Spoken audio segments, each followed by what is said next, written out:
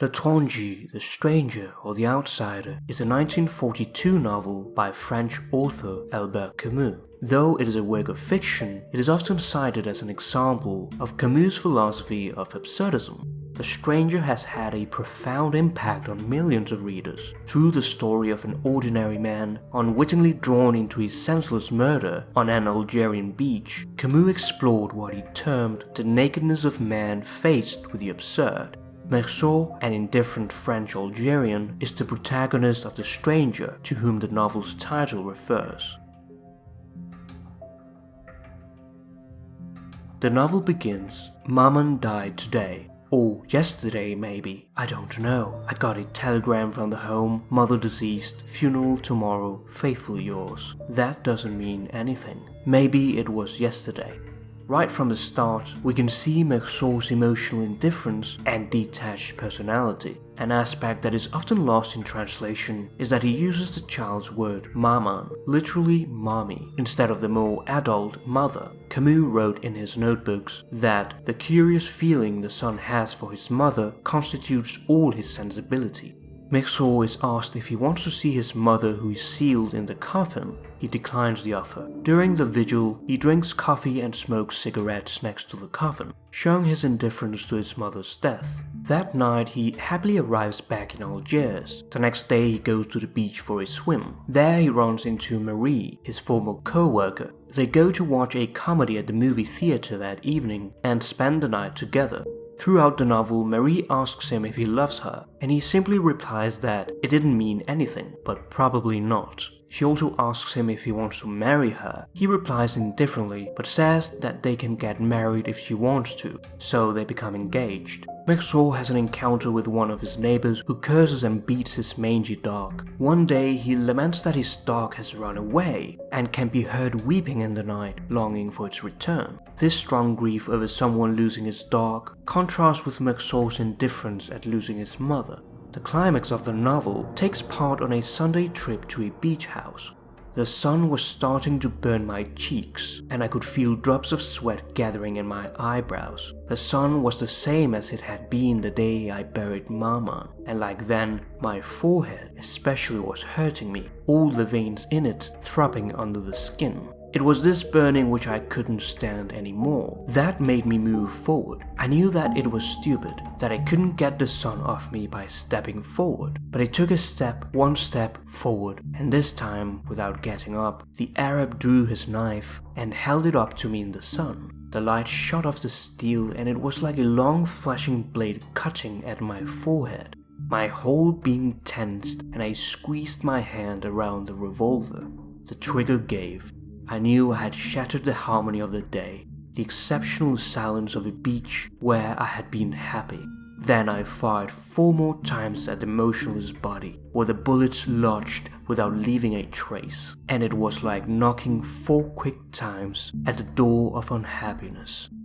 Merceau kills a man whom he did not know, an involuntary and absurd act. The sun merely struck his knife, sweat was running in his eyes. From this moment, he enters the world of judgment, and the world of judgment is the discovery of man. Merceau is arrested and thrown into jail. His lack of remorse over his crime, and in particular, his lack of grief at his mother's funeral, makes people think of him as a complete stranger. In prison, he is tormented by the isolation from nature, women, and cigarettes. When I was first imprisoned, the hardest thing was that my thoughts were still those of a free man. For example, I would suddenly have the urge to be on a beach and to walk down the water.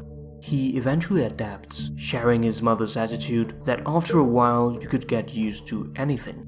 In the courtroom, Merceau is seen as a monster, and people believe that the emptiness of his heart threatens to swallow up society. His lack of belief in God gives him the nickname Monsieur Antichrist. Merceau is afflicted by the madness of sincerity, distinguished by his never wanting to say more than he feels. When asked if he grieved at his mother's burial, he neither admits nor denies having grieved. It is this tenacious refusal, this fascination with the authenticity of what one is and what one feels, that gives meaning to the entire novel. When asked why he had killed the Arab, he says that it was because of the sun. People laugh at him. Eventually, he is found guilty and is sentenced to death by guillotine. This shows one of the forms of the absurd, a young man who wants to live but is condemned to die. While waiting for his execution, he struggles to come to terms with his situation, and he has trouble accepting the certainty and inevitability of his fate. He is visited by the chaplain, who tries to make him renounce his atheism and turn to God, but he refuses. Instead, he declares that he is correct in believing in a meaningless, purely physical world. The major themes of the book include the importance of the physical world, the meaninglessness of human life, and the irrationality of the universe. Merceau is far more interested in the physical aspects of the world than its social or emotional aspects. For instance, the heat during the funeral procession causes him far more pain than the thought of burying his mother. The sun on the beach torments Merceau, and during his trial, he even identifies his suffering under the sun as the reason he killed the Arab.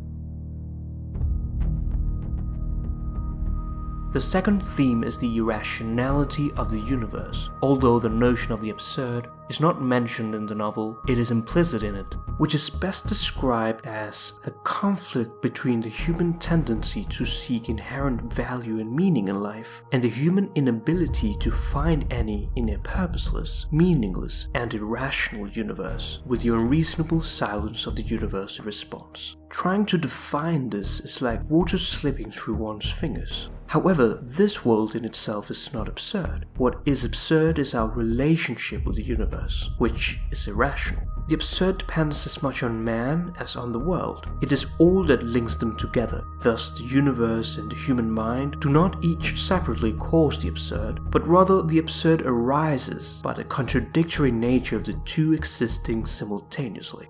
Camus describes it as the conflict between seeking meaning and the inability to find any in an indifferent universe. The difficulty in accepting this notion drives people to constantly attempt to create a rational structure and meaning in their lives. Society attempts to impose rational explanations for Merceau's irrational actions, as the idea that things happen for no reason or that events have no meaning is disruptive and threatening to society. The courtroom represents society's attempt to manufacture rational order, trying to offer explanations based on reason for Merceau's unreasonable acts. The entire trial is therefore an example of absurdity, an instance of humankind's futile attempt to impose rationality on an irrational universe. Camus wrote in 1955, "I summarized The Stranger a long time ago, with a remark I admit was highly paradoxical. In our society, any man who does not weep at his mother's funeral runs the risk of being sentenced to death.